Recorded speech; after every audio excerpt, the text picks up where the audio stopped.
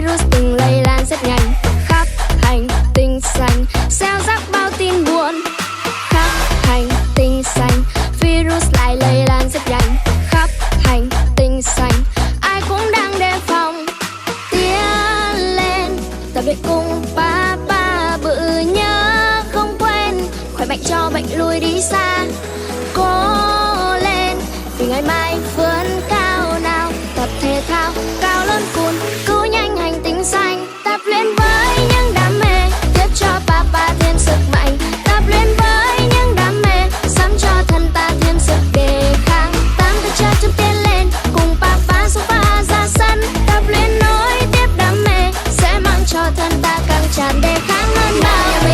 Tập luyện thể thao, nào nhà mình cùng là nhấc tay cao. Nào nhà mình cùng tập luyện thể thao, nào nhà mình cùng nhấc vun cao. Nào nhà mình cùng tập luyện thể thao, nào nhà mình cùng là nhấc tay cao. Nào nhà mình cùng tập luyện thể thao, nào nhà mình cùng nhấc vun cao nào.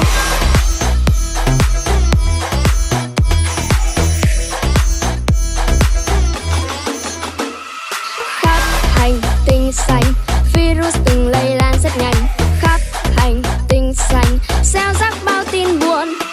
Khắp hành tinh xanh, virus lại lây lan rất nhanh khắp hành tinh xanh, ai cũng đang đề phòng. Tiến lên, tập luyện cùng Papa bự nhớ không quên, khỏe mạnh cho bệnh lui đi xa. Cố lên vì ngày mai vươn cao nào, tập thể thao cao lớn cuồn cứu nhanh hành tinh xanh. Tập luyện với những đam mê, tiếp cho Papa thêm sức mạnh. Tập luyện với những đam mê, sắm cho thân ta thêm sức đề kháng. Tám ta chơi chung tiến lên, cùng Papa xông pha ra sân. Tập luyện nối tiếp đam mê, sẽ mang cho thân ta càng tràn đề kháng hơn bao người.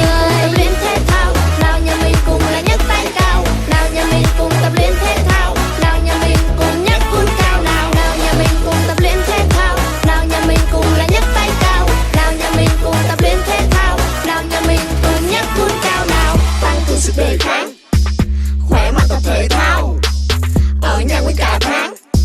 Sức khỏe phải làm sao thì tập luyện cùng Papa bự, cho virus không còn nơi định cư, cho mọi thứ trở về với trình tự, ai cũng có sức khỏe như tình ngư.